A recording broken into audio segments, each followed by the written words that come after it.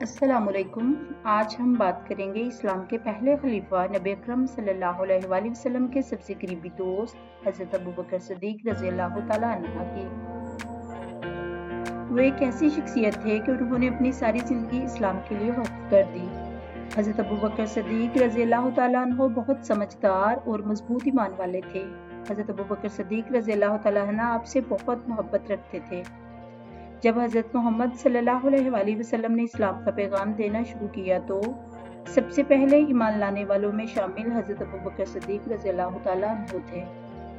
انہوں نے بغیر کسی شک کے اسلام قبول کر لیا۔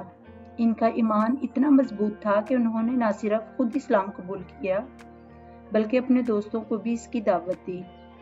جب نبی کریم صلی اللہ علیہ وآلہ وسلم نے واقعہ معراج بیان کیا تو بہت سے لوگوں نے اس پر شک کیا، لیکن حضرت ابوبکر صدیق رضی اللہ تعالیٰ عنہ نے فوراً کہا، اگر یہ بات نبی کریم صلی اللہ علیہ وآلہ وسلم نے فرمائی ہے تو یہ سچ ہے۔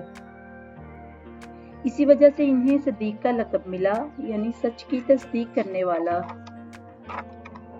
حضرت ابوبکر صدیق رضی اللہ تعالیٰ عنہ نے اپنی دولت اللہ تعالیٰ کی راہ میں خرچ کی۔ انہوں نے کئی غلاموں کو آزاد کروایا، جن میں مشہور صحابی حضرت بلال رضی اللہ تعالیٰ عنہ شامل ہیں۔ وہ مظلوموں کی مدد کرتے اور ہر کھڑے وقت میں لوگوں کے ساتھ کھڑے رہتے تھے۔ جب مکہ کے کفار نبی اکرم صلی اللہ علیہ وآلہ وسلم کو نقصان پہنچانے کا منصوبہ بناتے تو اللہ تعالیٰ نے آپ صلی اللہ علیہ وآلہ وسلم کو ہجرت کا حکم دیا۔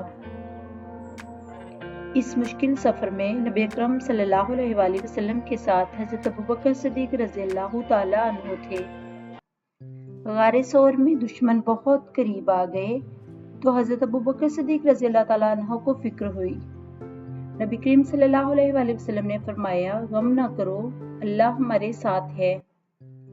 اس طرح ساری زندگی حضرت ابوبکر صدیق رضی اللہ تعالیٰ عنہ آپ صلی اللہ علیہ وآلہ وسلم کے ساتھ رہے۔ نبی کریم صلی اللہ علیہ وآلہ وسلم کی وفات کے بعد اسلام کے پہلے خلیفہ حضرت ابوبکر صدیق رضی اللہ تعالیٰ عنہ تھے۔ انہوں نے مشکل وقت میں امت کو متحد رکھا، اسلام کو مضبوط بنایا۔ حضرت ابوبکر صدیق رضی اللہ تعالیٰ عنہ کی زندگی ہمیں یہ سبق دیتی ہے کہ سچائی پر قائم رہیں، اللہ پر مکمل یقین رکھیں اور دین کے لیے ہر قربانی دینے کے لیے تیار رہیں۔